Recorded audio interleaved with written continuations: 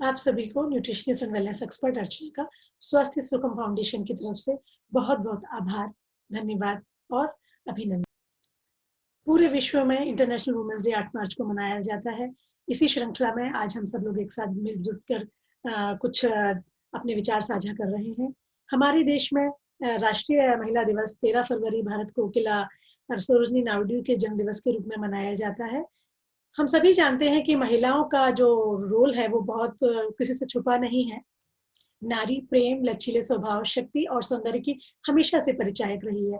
हालांकि उनका यह स्वरूप रोज मनाया जाना चाहिए, लेकिन उनके योगदान को चिन्हित करने के लिए हम अंतर्राष्ट्रीय दिवस को मनाते हैं। यह दिन महिलाओं की सफलता और सांस्कृतिक, राजनीतिक, सामाजिक और आर्थिक विकास में भाग लेने के लिए मनाया जाता है।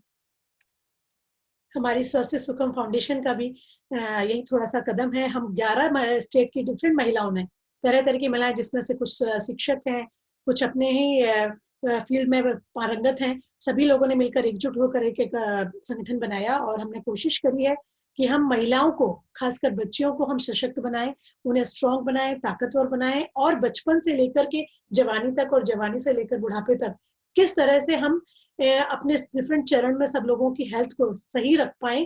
खाने और पीने के साथ साथ योगा, व्यायाम और मेडिटेशन के द्वारा हम किस तरह से अपने शरीर की प्रकृति को सही से संयोज पाए और सहज रूप से ही हम आगे बढ़ पाए और अपनी हेल्थ को बढ़ा पाए। इस पर हमारा मेन फोकस रहा है। हमारी जो ऑर्गेनाइजेशन है वो इसके साथ साथ पीरियड्स के ऊपर भी बहुत ज्यादा काम कर रही है, क्योंकि आपने देखा है कि महिलाओं की 10 साल से लेकर के लगभग 50 साल तक सभी लोगों को मासिक धर्म होता है और ये उनकी पहचान है, जिसकी वजह से ही हम वो परिपूर्ण संपूर्ण नारी बनती है।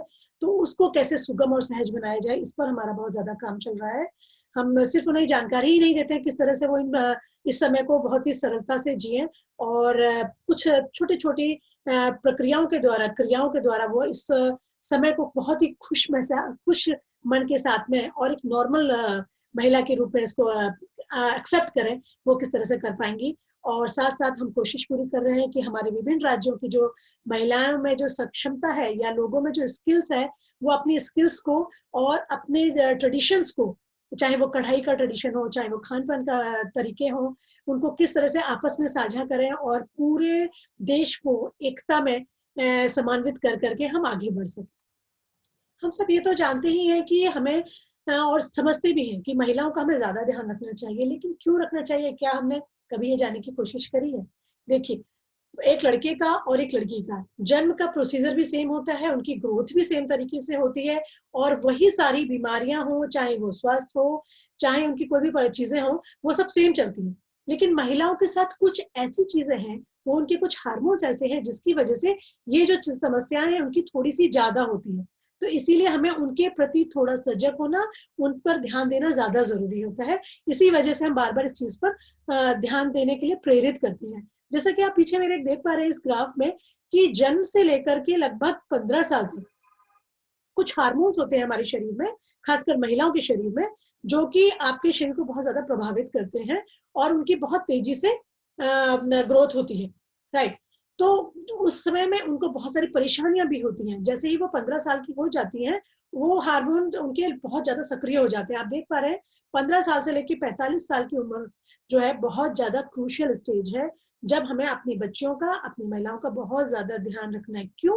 क्योंकि ये वो दौरान है जब वो मेंस्ट्रुअल डिसऑर्डर्स या प्री मेंस्ट्रुअल सिंड्रोम से गुजरती हैं, सेक्सुअल ट्रांसमिटेड डिसीज से गुजरती हैं, कई तरह की बीमारियों से गुजरती हैं, uterine cancer, ovarian cancer, breast cancer, endometriosis जैसी कई बीमारियां जो कि लोग पुरुषों से हटकर हैं, मतलब एक्स्ट्रा है जैसे हम कह सकते हैं। तो इनका हमें ध्यान रखना है। Pregnancy, child birth, child raising, household activities, career building, तो ये सारे काम किसको करने हैं? महिलाओं को एक्स्ट्रा करने हैं। लड़कों को जो करना है वो तो लड़कियों को भी करना ही है, लेकिन उसके अलावा इन महिलाओं में ये सब काम इन्हें एक्स्ट्रा करने रहते हैं। तो इसीलिए उनको के ऊपर ध्यान देना, उनके खान पान पर ध्यान देना, उनकी जीवन शैली पर ध्यान देना, ये हमारा कर्तव्य बन जाता है। किसी भी जीवन को सही तरीके से चलाने के लिए सिर्फ 3 चीजों की आवश्यकता। पहला है भोजन, सबको पता है ना, रोटी, कपड़ा और मकान। तो कपड़ा और मकान तो हमें बाकी लोगों से भी मिल जाता है ना, आपस में हम मिलजुल कर काम करेंगे, सब चीजें हो जाती हैं। लेकिन भोजन का अगर हम ध्यान ना दें, क्योंकि वो भाई है, कपड़ा भी भाई है, मकान भी भाई है, लेकिन भोजन एक ऐसी चीज है जो हमारे शरीर के अंदर जाती है और हमारे शरीर को बनाती है, हमारे तन को, हमारे मन को, हमारी आत्मा को बनाती है। अगर हमारा भोजन ठीक रहेगा, क्या कहा जाता है ना, जैसा अन्न वैसा तन और वैसा ही मन। तो जिस तरह का हम भोजन ग्रहण करते हैं उसी तरह से हमारे शारीरिक संरचना बनती है, उसी तरह से हमारे विचार बनते हैं। आप लोगों को पता होगा, जो लोग प्रोटीन्स की मात्रा ज्यादा खाते हैं उनकी बॉडी बिल्ड डिफरेंट होती है, जो लोग कार्बोहाइड्रेट ज्यादा खाते हैं उनकी बॉडी बिल्ड डिफरेंट होती है, साथ साथ उनके मन भी बहुत अलग होता है, उनका कार्यशैली भी बहुत अलग होती है। अगर हम देखें कि जो लोग दालें और या नॉनवेज या इस तरह की चीजें ज्यादा खा रहे हैं वो बहुत चंचल स्वभाव के होते हैं, बहुत एक्टिव होते हैं, मतलब चीजों को बहुत जल्दी जल्दी करना चाहते हैं। और जो लोग कार्बोहाइड्रेट ज्यादा खाते हैं, या जैसे हम ही किसी दिन चावल ज्यादा खा लें तो ऐसा लगता है कि उस दिन हमें बहुत थोड़ा आलस आता है, वो थोड़े आलसी प्रवृत्ति के लोग होते हैं। जो लोग मसाले बहुत ज्यादा खाते हैं वो बहुत चंचल स्वभाव के होते हैं, उनका मन कहीं नहीं टिकता, है ना, तरह तरह की चीजें करना चाहते हैं। तो हम लोग बहुत ज्यादा भाग्यशाली हैं, भारत में रहते हैं जहां हमें अनाज, कार्बोहाइड्रेट्स भी भरपूर मात्रा में मिलते हैं, हमें प्रोटीन्स भी भरपूर मात्रा में मिलती है, और बहुत सारे मसाले हमें जो खाए जाते हैं हमारे देश में। अभी इस कोरोना काल में सभी पेंडेमिक में जान पाए हैं कि इन मसालों की वैल्यू क्या है, पूरे विश्व में जाना है, आप सब लोग इन चीजों को समझ पाए हैं। तो हमें इन चीजों पर थोड़ा सा ध्यान देना है कि हमें क्या खाना है और कब खाना है और कैसे खाना है। तो अगर थोड़ी सी मैं बातें करूं खाने पीने के बारे में, तो आप देख पा रहे हैं कि सबसे पहले हमें तीनों टाइम के खाने जरूर खाना है, सुबह का नाश्ता, दोपहर का खाना और रात का खाना, हमें एक भी खाना नहीं छोड़ना है। इसके अलावा हम फल और पानी भरपूर मात्रा में लेंगे। जो भी आप खाना खा रहे हैं 2 से 3 घंटे के अंदर जरूर खाएं, है ना। उठने के आधा घंटा मैक्सिमम 1 घंटे के अंदर आप चाय के संग थोड़ा सा कुछ स्नैक्स, कुछ ड्राई फ्रूट्स या मखाना, कोई भी चीज या बिस्किट, कुछ भी चीज जरूर ले लें। दो, रात का खाना आप सोने से 2 घंटे पहले जरूर खा लें। दोनों के बीच का जो समय मिलता है उसमें आप दोपहर का खाना खा लें। तो इस तरह से, और इस खाने में हम पांचों फूड ग्रुप्स, या कहना चाहिए भोजन, कार्बोहाइड्रेट, प्रोटीन्स, विटामिन, मिनरल्स और वसा, इन सबों का समावेश जरूर करें। क्योंकि अगर किसी भी तरह की कोई भी कमी आ जाती है तो अगर हमारी ग्रोथ प्रॉपर नहीं होगी, हमारी इम्यूनिटी ठीक से नहीं होगी, और हम बीमारियों का जल्दी जल्दी शिकार हो जाएंगे। और जब हम बीमारियों का शिकार हो जाएंगे, नो डाउट कि हम अपना ट्रीटमेंट करवा सकते हैं, लेकिन हमारी शारीरिक क्षमता कम हो जाएगी, हमारी मानसिक जो स्ट्रेंथ है वो कम हो जाएगी, और हम जो करना चाहते हैं उसमें कहीं ना कहीं कुछ अवरोध उत्पन्न हो जाएगा। तो हमें उन चीजों का ध्यान रखना है। भोजन, खाना किस तरह से बनाएं, किस तरह से पकाएं और किस तरह से उसका संरक्षण करें, ये भी बहुत इंपॉर्टेंट है।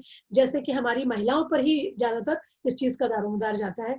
तो हम क्या कर सकते हैं कि जो भी चीजें हमें अपने आसपास की सराउंडिंग्स में मिलती है, हमारे आसपास मिलती है, या जो हमारी लोकल चीजें हैं, जो हमारे ही राज्यों में या हमारे जगह उत्पादित होता है, वही लोकल खाना हम पहले प्रेफर करें।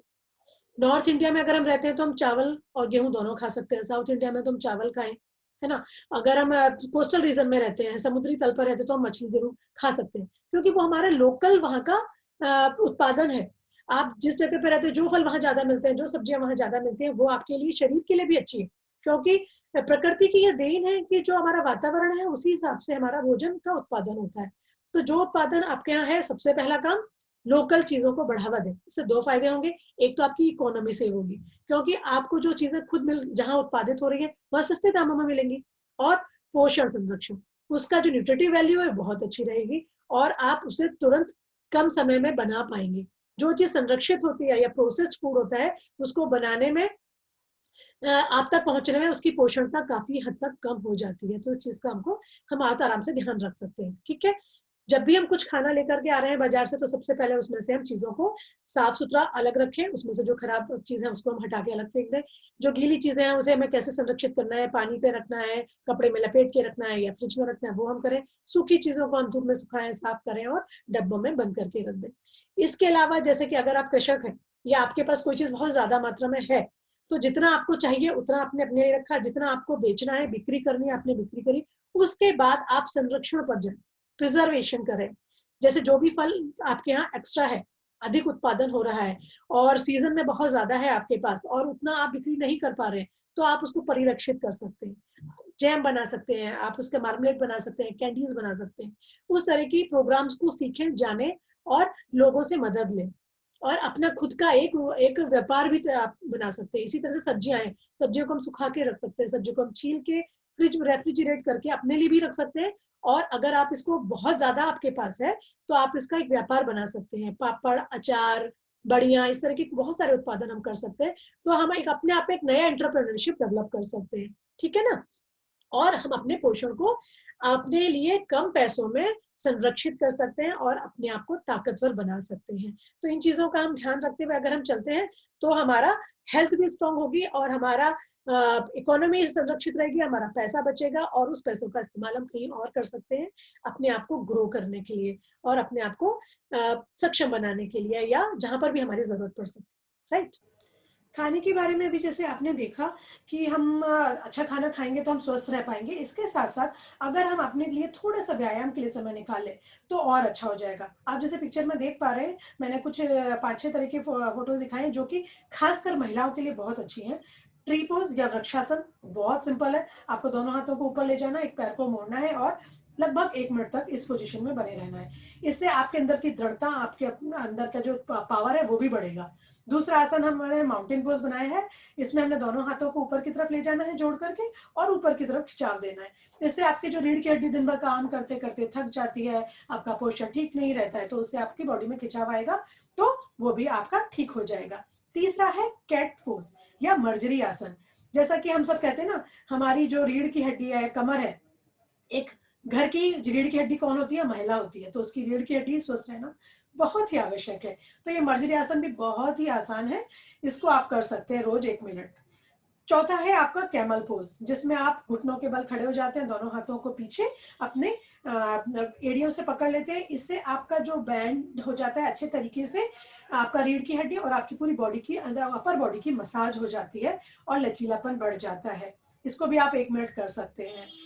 पांचवा आसन है आपका बहुत सिंपल, कुछ नहीं करना है, आपको सांस छोड़ते हुए कमर से आगे की ओर झुकना है, जितना ज्यादा आप झुक सकते हैं और जब तक आप रुक सकते हैं रुके रहिए। इससे आपका ब्लड सर्कुलेशन बहुत अच्छा रहेगा, क्योंकि हम दिन भर खड़े रहते हैं, ब्रेन पर हमारा ब्लड सर्कुलेशन कम होता चला जाता है, तो वो भी ठीक हो जाएगा। छठा आसन है कोबरा पोज। आराम से पेट के बल लेट जाइए और दोनों हाथों को कंधों के साइड में रखिए, नाभि तक आप ऊपर उठेंगे और लगभग 2 मिनट तक आप इसको पोज को करें, बार बार नीचे आए और ऊपर आए और इस तरह से हमारा ये आसन 6 आसन बहुत आसानी से हो जाते हैं और हम स्वस्थ रह सकते हैं। तो खाना हो गया हमारा, हमारे आसन हो गए और पानी मैंने जैसे बताया खूब प्रचुर मात्रा में पिए, 2-2 ग्लास दिन में 5 बार पिए। तो इस तरह से हमारा स्वास्थ्य को कोई भी नहीं रोक पाएगा और हम हेल्दी रहेंगे तो हम अपने परिवार को और अपने देश को बहुत अच्छी तरीके से चला पाएंगे। अभी मैं बात कर रही थी कि हमारे पास अगर कुछ चीज़ें एक्स्ट्रा हैं तो हम क्या क्या कर सकते हैं, उसी की कुछ झलक है, आप पीछे देख पा रहे होंगे। जैसे कि हमारे पास अगर फल सब्जियां एक्स्ट्रा हो जाती हैं तो इस तरह से हम परिरक्षित करके उसको हम बिक्री के लिए भी यूज़ कर सकते हैं और अपने घरों में भी यूज़ कर सकते हैं और एक बढ़िया एंटरप्रेन्योरशिप, नया एक एंटरप्रेन्योरशिप डेवलप कर सकते हैं। ये कुछ झलकियां आप देख पा रहे हैं, हमारी जो महिलाएं हैं, खेतिहर महिलाएं खासकर, वो चाय के बागानों में, फूलों के व्यवसाय में और धान वगैरह रोपने में जुड़ी हुई हैं। अपने खुद के आपके पास खेत हैं तो आप इस तरह के कामों को कर सकते हैं, लोगों की मदद से कर सकते हैं। आप देख पा रहे होंगे ऊपर एक महिला, कुछ महिलाएं आपका हल जोत रही हैं तो कुछ महिलाएं ट्रैक्टर भी चला रही हैं, राइट। तो इस तरह से आप अपने ही जो आपकी जगह है उसका इस्तेमाल करिए और उसके साथ साथ जो भी आपका उत्पाद बच रहा है आपकी खेती से, उसके द्वारा हम चटाइयाँ, डलिया और झाड़ू, इस तरह की कुछ भी चीजें बना सकते हैं, दालों की बढ़िया बना सकते हैं। और आपका जो मिट्टी है, सीमेंट, इन सब के थ्रू मिल करके हम गोबर वगैरह को मिला करके ईंटें भी बना सकते हैं। आजकल ब्रिकेट्स भी बनने लग गए हैं, बहुत सारी तरह के हम काम कर सकते हैं। महिलाएं किसी से भी कम नहीं है अगर वो कुछ करना चाहें तो। जो भी काम आप करना चाहें, बस सिर्फ आपको अपने अंदर की क्षमता को पहचानना है और समझना है कि आप क्या करना चाहते हैं और उससे भी ज्यादा जरूरी है कि आपके आसपास क्या चीजें हैं, क्या अवेलेबल है, उसको आप जाने, पहचाने और उसका सही रूप से इस्तेमाल करके कोई एक नई कृति बना दे। यहाँ आप देख पा रहे हैं हमारी कुछ फाउंडेशन के साथ में गोबर के दिए बने हैं और मोमबत्ती के दिए हम लोगों ने बनवाए हैं और कलर भी किया है। उसके बाद उन लोगों ने उसमें दिए वगैरह में सभी बच्चों ने मिल करके और बहुत ही और इस तरह से क्या उन्होंने अपने अंदर एक हुनर को पहचाना है। कंडे वगैरह बनाना तो सभी को लोगों को पता है, लेकिन गोबर का बहुत ज्यादा इस्तेमाल है। अंगीठी आप देख पा रहे हैं, अंगीठी का बनवाया है हमने चूल्हों का बनवाया है। तो इस तरह के बहुत सारे कार्यक्रम हम लोग करते चले आ रहे हैं। हेल्थ से रिलेटेड हम लोगों ने टॉक्स दिए, उन लोगों को समझाया, भोजन के महत्व को समझाया, छोटे बच्चों से लेकर औरतों तक और बड़ी-बड़ी महिलाओं तक, खासकर एडोलेसेंट लड़कियों को, क्योंकि वो उनका जो मन है ना बहुत कोमल होता है, उन्हें समझना बहुत ज़रूरी होता है। इस समय उनके मन में बाहर की दुनिया को समझने की बहुत इच्छा जागृत होती है, वो जानना चाहते हैं कि बाहर की दुनिया में क्या हो रहा है और क्यों हो रहा है। तो उनके मन को समझ करके, उनकी बात को समझ करके उनसे उन्हें बता पाना और उनके साथ चल पाना और उन चीज़ों को आगे बढ़ने में उनकी मदद करने में ही हम लोगों की समझदारी है, और ना हमें इन सब चीज़ों को आगे बढ़ावा देने में भी और सक्षम बनाने में महिलाओं को, क्योंकि महिलाएं आजकल किसी भी रूप में कहीं पर भी, ना रूरल हो चाहे वो अर्बन हो, हर रूप में आगे बढ़ रही हैं और कोई भी ऐसी जगह नहीं है जहां पर आपको महिलाएं नहीं मिलेंगी। पुरुष एक बार को आपको कुछ जगह नहीं मिलेंगे, लेकिन महिलाएं आज की डेट में हर जगह पाई जा रही हैं। जैसा कि नोरा एफरेन जी ने भी कहा है, हर चीज से बढ़कर अपने जीवन की नायिका बनिए, शिकार नहीं। स्वामी विवेकानंद जी का भी कहना है, कुछ सच्ची, ईमानदार और ऊर्जावान महिलाएं जितना कोई भीड़ एक सदी में काम कर सकती है, उसके मुकाबले वो काम एक वर्ष में कर सकती हैं। तो अपनी क्षमता को कम ना आंकें।